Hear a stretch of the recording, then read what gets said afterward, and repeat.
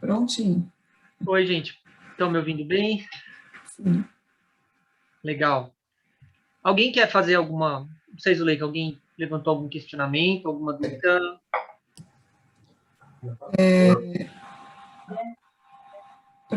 Porque, assim, a gente tem um tempo igual ao que você falou, né, para a gente Tá. analisar. Então, talvez, porque qual é o procedimento? As pessoas depois me mandam os questionamentos no WhatsApp e eu passo para você, no caso, Tá. e você responde. Mas o senhor Renato e a doutora Cássia, que estão, a doutora Kátia, que estão aqui, talvez eles queiram perguntar alguma coisa. Gostaria de falar alguma coisa, senhor Renato? Oi, Zuleika, tudo bem? Tudo. Eu estou acompanhando, vamos deixar um pouco mais à frente, né? Ok. Essa parte aí a gente tem conhecimento, vamos deixar para mais para frente. Obrigado. Ok. Doutora Kátia, quer falar alguma coisa? Eu gostaria de continuar acompanhando, viu? E parabéns pela iniciativa, parabéns ao palestrante. Ok. Obrigado, doutora Kátia, obrigado. Bom, gente, eu esqueci de incluir um slide aqui, eu vou mencionar para vocês, que eu acho um ponto, assim, um marco, né? Que em 48, nós tivemos a Declaração Universal dos Direitos Humanos, tá? Essa declaração que foi um momento, assim, um momento pós-guerra, né, gente? Então, a gente teve um salto na questão do reconhecimento do que se refere a direitos naturais, né, da pessoa humana, e a gente vai ver mais para frente que essa declaração embasou depois tanto o nosso estatuto como outros tratados internacionais, né? Então foi realmente um marco aí para os direitos humanos. Em 69, também que eu não incluí aqui no artigo, e aqui já fugindo aqui também um pouco da parte do direito, a gente teve um autor conhecido como Butler, Robert Butler. Ele foi, segundo alguns pesquisadores, o primeiro autor que mencionou sobre o ageismo, que seria o idadismo, né, que hoje está se falando tanto. Então, veja só, a gente está falando de algo que desde 69, né, vem caminhando para só agora em 2020, vamos dizer assim, ter uma campanha, né? Acredito que alguns conselheiros acompanharam a campanha que a Organização Mundial da Saúde realizou, né, uma campanha de combate ao ageísmo, uma campanha muito bonita, inclusive. É só um adendo, que é um ponto importante do que se refere ao idadismo. Bom, aí aqui, gente, em 82, nós tivemos aquele, né, um plano internacional sobre envelhecimento. Então, tivemos uma assembleia, né, para aqueles que não são do campo do direito, que não têm muito contato com essa temática. A Organização Mundial, né, a ONU, ela realizou um debate de escala global para discutir o envelhecimento populacional, né? Não só o envelhecimento populacional em si, mas políticas, né? Enfim, e desse encontro com os países surgiu um plano internacional com 62 pontos, tá? Então aqui também é um marco, né, para a nossa narrativa, para a nossa linha histórica. Em 88, aqui eu dei uma pulada para também a gente economizar um tempo. Em 88, nós tivemos a promulgação da nossa Constituição Cidadã, tá? Que muitos conhecem. E alguns defendem que foi a partir da Constituição de 88 que a pessoa idosa se tornou um sujeito de direitos. Tá? E aí a gente pode até fazer um debate, né, uma reflexão, né? Na opinião de vocês, será que a pessoa idosa é um sujeito de direitos, né? Ou ela, como que eu vou colocar aqui para vocês? Ou ela é uma pessoa de proteção, ou ela é uma pessoa que precisa de proteção do direito?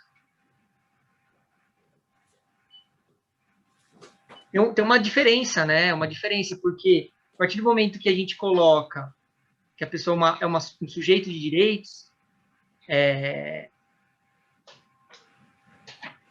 a gente pressupõe que essa pessoa ela conquistou, né? A pessoa idosa ela conquistou os direitos dela e ela é uma pessoa que briga pelos direitos dela. Ela é empoderada, né? Isso. Agora, uma pessoa que é que sofre uma proteção, né, do direito, é uma pessoa que é um sujeito de direitos que ela é a parte, vamos dizer assim, passiva da relação jurídica. Então, ela tem um arcabouço assistencial que a protege. Né? Então, e aí a gente pode pensar um pouco sobre isso. Eu acho que é um ponto importante. Existe esse debate, né? Até da legitimidade, né? A legitimidade das conquistas das pessoas idosas, porque o que a gente consegue ver na prática, tá, Zulei? Que aqui só abrindo um parênteses. Pessoas mais novas assumindo papéis dentro, por exemplo, de um conselho de direitos da pessoa idosa. Então, a gente tem conselheiros novos no sentido abaixo de 60 anos, né? Sim. Então, por que nós não temos pessoas idosas na frente dos conselhos da pessoa idosa? Mas aí depende do regimento interno, porque, por exemplo, poder público, sim, normalmente são pessoas abaixo dos 60, mas sociedade civil, no nosso conselho, não é permitido. Tá, sim. Eu acho que depende de cada... Sim. Sim, Zuleika, mas por que não são só pessoas idosas?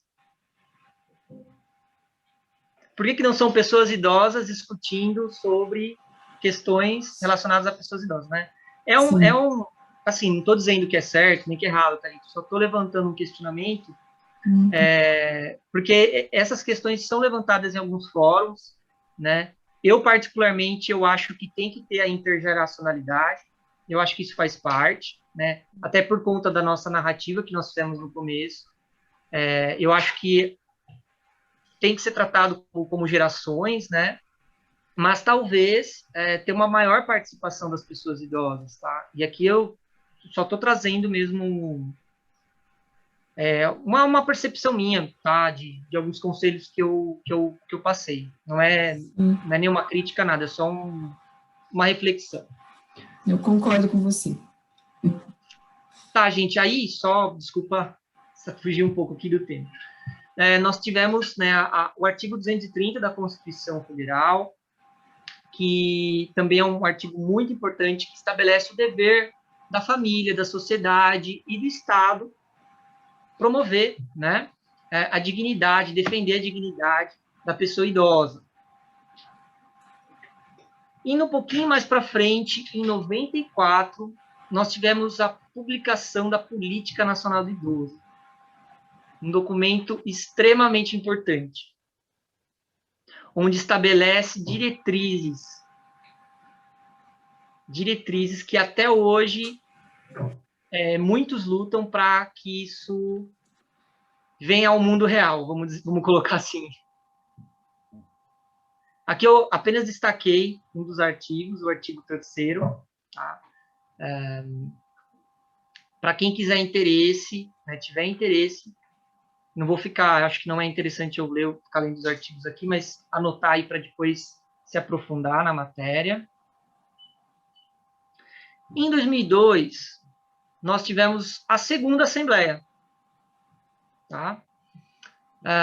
E dessa segunda Assembleia, nós tivemos, então, uma declaração política e o Plano Internacional de Ação de Madrid sobre o envelhecimento.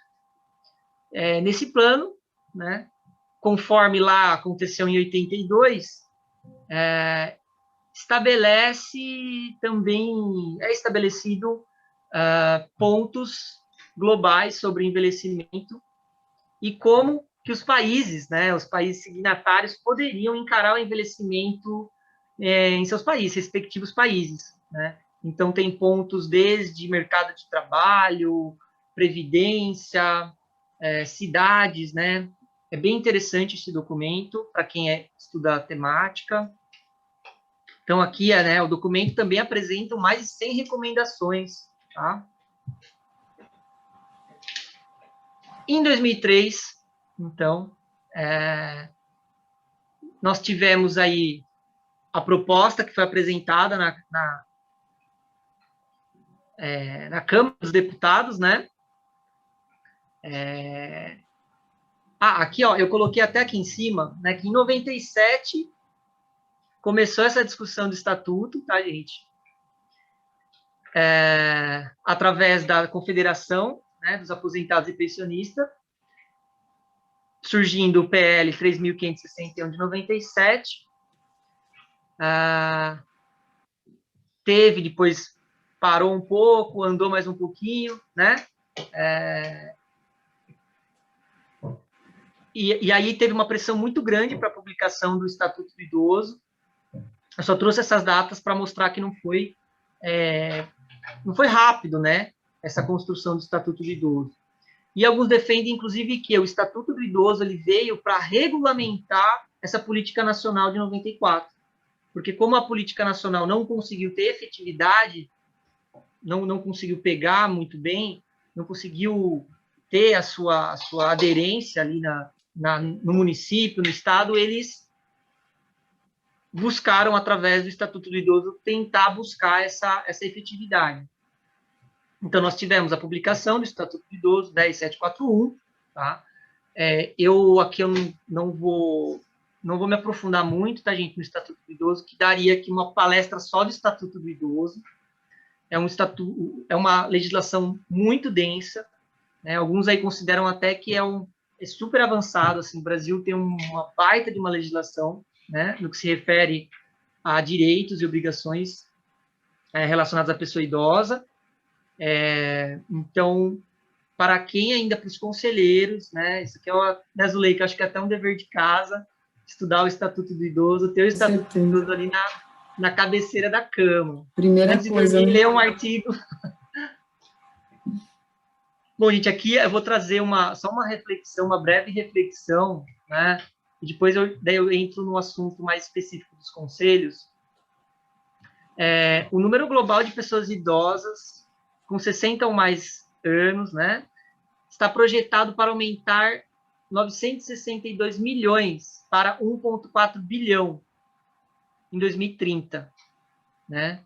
Inclusive, foi feito, né, foi lançada a campanha, né, a década do envelhecimento, né, a década do envelhecimento ativo, né, até 2030.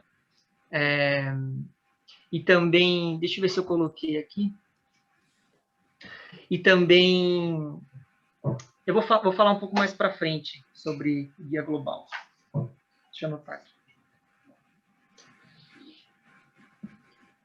Então, a população com 60 anos ou mais está crescendo a uma taxa de cerca de 3% ao ano.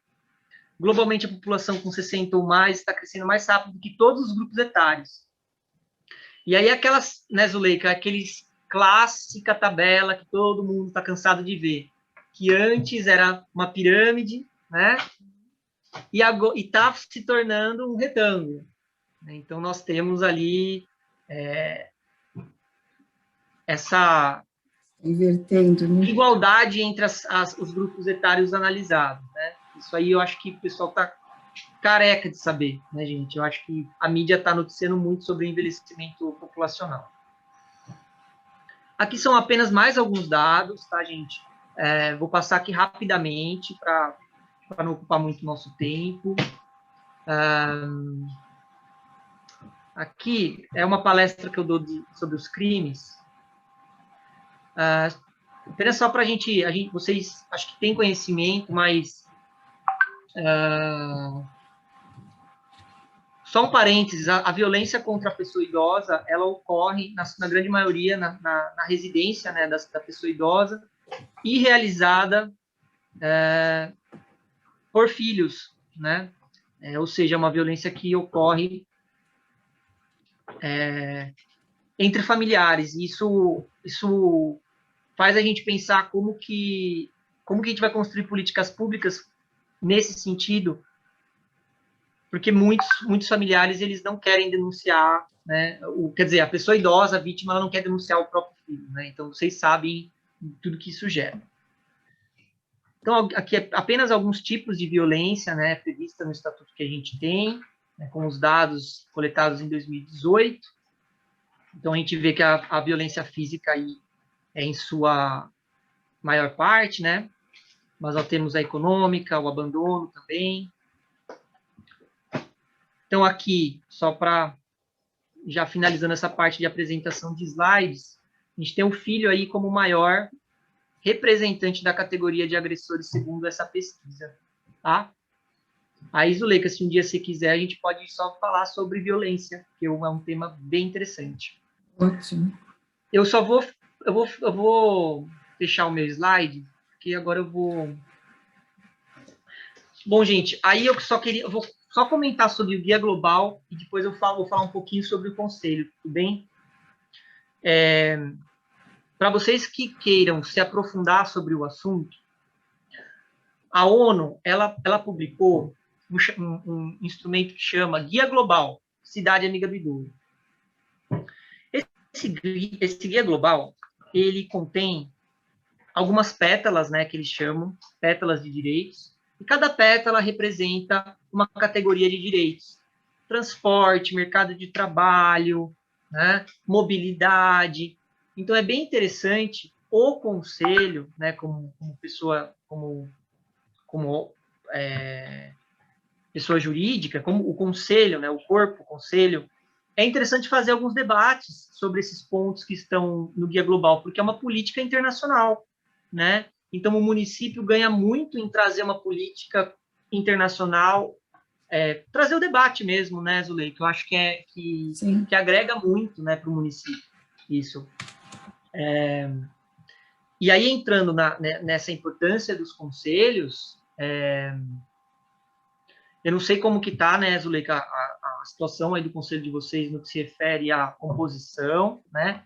Mas os conselhos, em sua natureza, previstos, né, na Constituição, eles atuam de forma paritária, a composição deles, né? Então, a gente tem pessoas da sociedade civil e pessoas do poder público.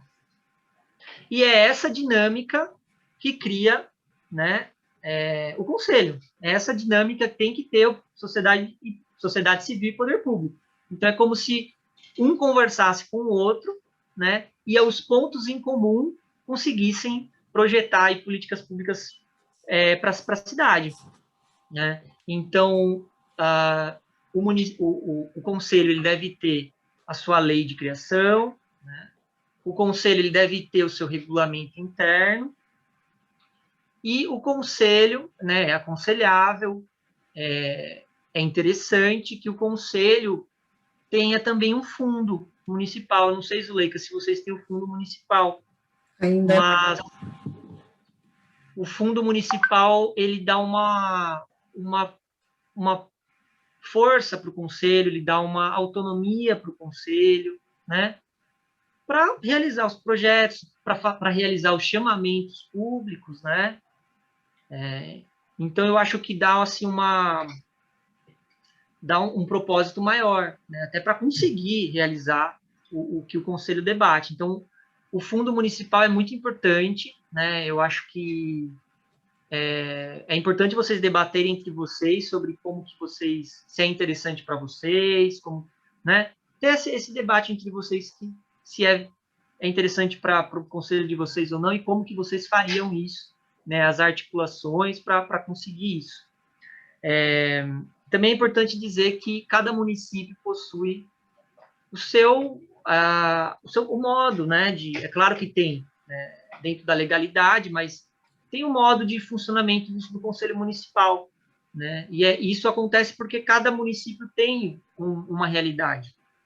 E aí nós temos o Conselho Estadual, né? Então aí o Conselho de vocês, que nem Jundiaí, recebe notícias, participa de políticas do Conselho Estadual, que inclusive mudou a presidência recentemente. Agora, se eu não me engano, está o Thomas Freud, não sei se vocês conhecem, é um representante do poder público que assumiu agora, né? Antes estava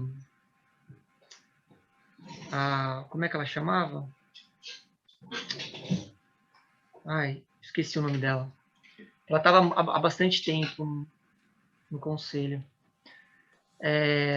E agora trocou, né? E agora a gente também vai ter e tem o Conselho Nacional, né? O Conselho Nacional, inclusive, agora vai fazer, se eu não me engano, a conferência. Então, eles estão articulando a conferência de âmbito nacional. Então, é interessante vocês ficarem atentos a esse tipo de eventos, né? E participarem, inclusive, das conferências, né, Zuleika? A gente nem não conseguiu conversar, né?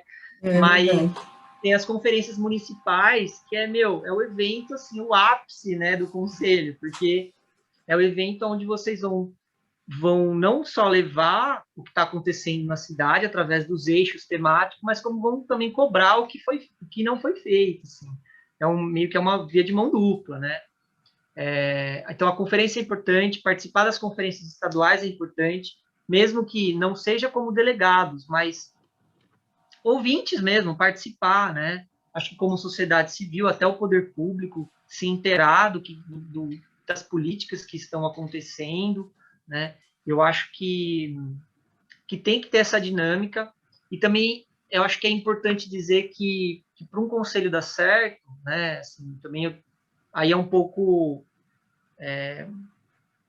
não sei, é minha opinião, tá, Zuleika? Assim, é uma coisa bem, eu acho que tem que ter uma harmonia muito forte, assim, tem que ter uma harmonia. É claro que vão ter conflitos, porque são pessoas diferentes, né, de órgão, né, o poder público tem também, né, uma característica, a sociedade civil tem outra característica, então é normal que tenha conflitos, tenha um questionamento, mas é importante que desse conflito vocês encontrem os pontos em comum, né, para conseguir enfim, o que vocês estão debatendo, ou a efetivação de determinada política, ou a inclusão de determinada política, né, ou a alteração de algum modelo que está ocorrendo.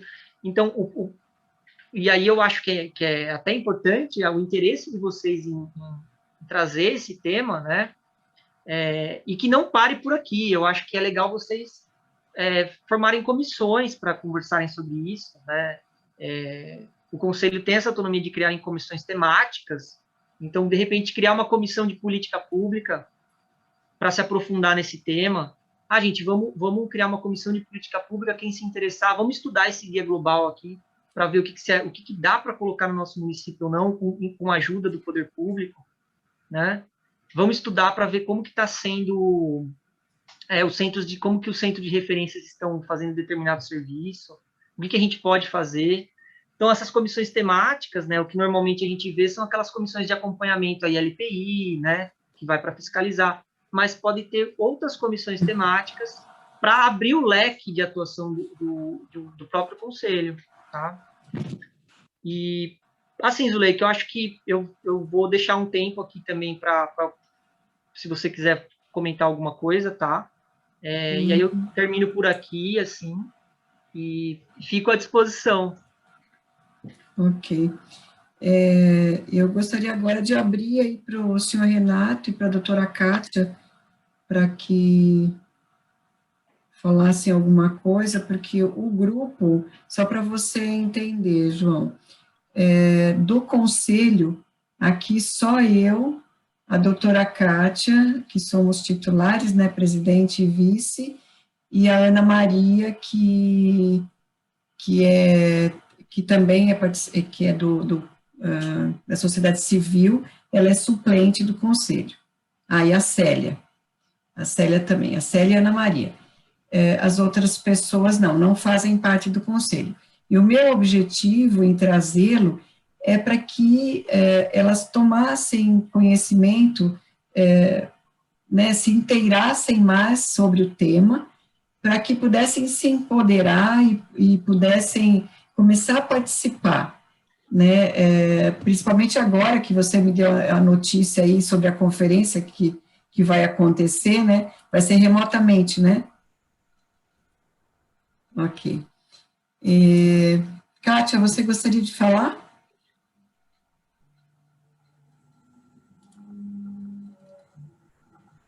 Precisa abrir seu microfone. Está escutando? Sim. Dá para ouvir? Dá? Sim. Então, boa noite a todos, né? A princípio, fica assim, dificultoso nós falarmos remotamente agora, porque nós tomamos posse, principalmente a minha pessoa, aproximadamente, acho que 5, 6 dias, né? Uma semana, de forma que, como a Zuleika ela falou agora, nós temos que ler profundamente a resolução interna, né, o regimento interno, né, municipal, para nós tomarmos iniciativa de qualquer caminho que a gente tenha que tomar. Então, fica um pouco dificultoso, porque eu preciso ler, nós temos que ver os limites, até onde vai, estudar projetos. Eu já participei numa outra gestão com a Zuleika, e nós temos um projeto aí que nós estamos desenvolvendo, né? Nós vamos ter uma reunião aí. Então, nós temos coisas boas para falar, mas eu preciso ler o regimento interno, eu preciso estudar o regimento interno. Então, eu venho aqui para parabenizar, porque tudo soma para a gente, tudo é somado, a exposição foi maravilhosa no sentido de início, e vocês me desculpem porque eu preciso me interagir, né, no Conselho Municipal do Idoso, porque eu tive gestões no Conselho de Segurança, 3 gestões, já trabalhei em vários conselhos, mas depois que nós inteirarmos, vai ter muita coisa boa aí pela frente, viu? Muito obrigado e parabéns a todos. E agora eu passo a palavra para a Zuleika. Muito obrigada. Obrigada, Kátia. Senhor Renato, gostaria de falar? Gostaria sim, Zuleika. Ok, à vontade. Bom, eu sou presidente do Conselho Municipal de Idoso de Atibaia, né? Nós temos o Conselho desde 2002, então já passamos por várias etapas, né? Hoje, a eleição, o nosso Conselho é constituído de 8 conselheiros da sociedade civil, 8 e suplentes, e 8 do poder público e suplentes.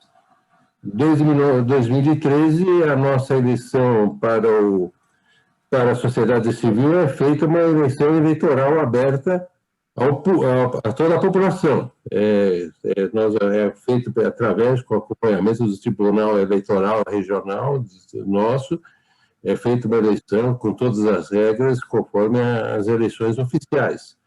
A única coisa é que, quando foi promulgada a lei de 2013 no nosso Conselho, foi previsto só que os conselheiros da sociedade civil sejam pessoas de 60 ou mais. Mas era inconstitucional, porque como é aberta a eleição a toda a população, então nós temos de rever agora, nós estamos fazendo a revisão da lei, para permitir que na próxima eleição já tenha a participação de pessoas de menos de 60 anos. Que essa participação é muito importante. Eu estou por 3 gestões eu fui eleito presidente, porque também na nossa legislação do Conselho, o presidente sempre é da sociedade civil. E há necessidade de ter o revezamento entre o poder civil e o poder público. Então, essas coisas estão sendo corrigidas agora. Nós temos o fundo municipal, que a gente agora está na última fase de cadastramento no Conselho Federal, porque hoje é muito importante que a gente tenha partir do princípio que a sociedade, o poder público, ele não tem condições para atender todas as demandas que nós temos necessidade. E o fundo do idoso é uma maneira de arrecadar fundos para que a gente possa tocar projetos importantes, né? Existe uma legislação muito bem elaborada sobre os fundos, né? Que dão garantias que tudo que é arrecadado, que tem incentivos fiscais, a gente faz parte já do orçamento do município, que esse dinheiro seja só utilizado em projetos de fins sociais, né? Não pode ter mobilização, não pode ter nada disso. Uma coisa que preocupa nós hoje, eu já participei de 2 conferências estaduais e em 2016 fui delegado do Estado de São Paulo na Conferência Nacional. Com o novo governo, ele tirou a representação do poder da sociedade civil no Conselho. E está correndo uma PEC que já passou pela Câmara dos Deputados e está no Senado, onde prevê a extinção dos conselhos, em todos os âmbitos, né? Então, nós estamos fazendo uma frente nacional dos municípios. Sábado retrasado, eu participei de um seminário dos 18 anos, comemorando os 18 anos do direito do Estatuto, mas a gente vive sob essa ameaça. Então, a gente tem trabalhado em várias frentes para que isso não aconteça, porque, graças ao Conselho Municipal, a cidade de Atibaia tem um centro-dia, tem centro de convivência. Nós temos agora, na construção do Hospital Municipal, nós vamos ter um ambulatório só dedicado aos idosos. A gente tem conseguido muitos avanços, né?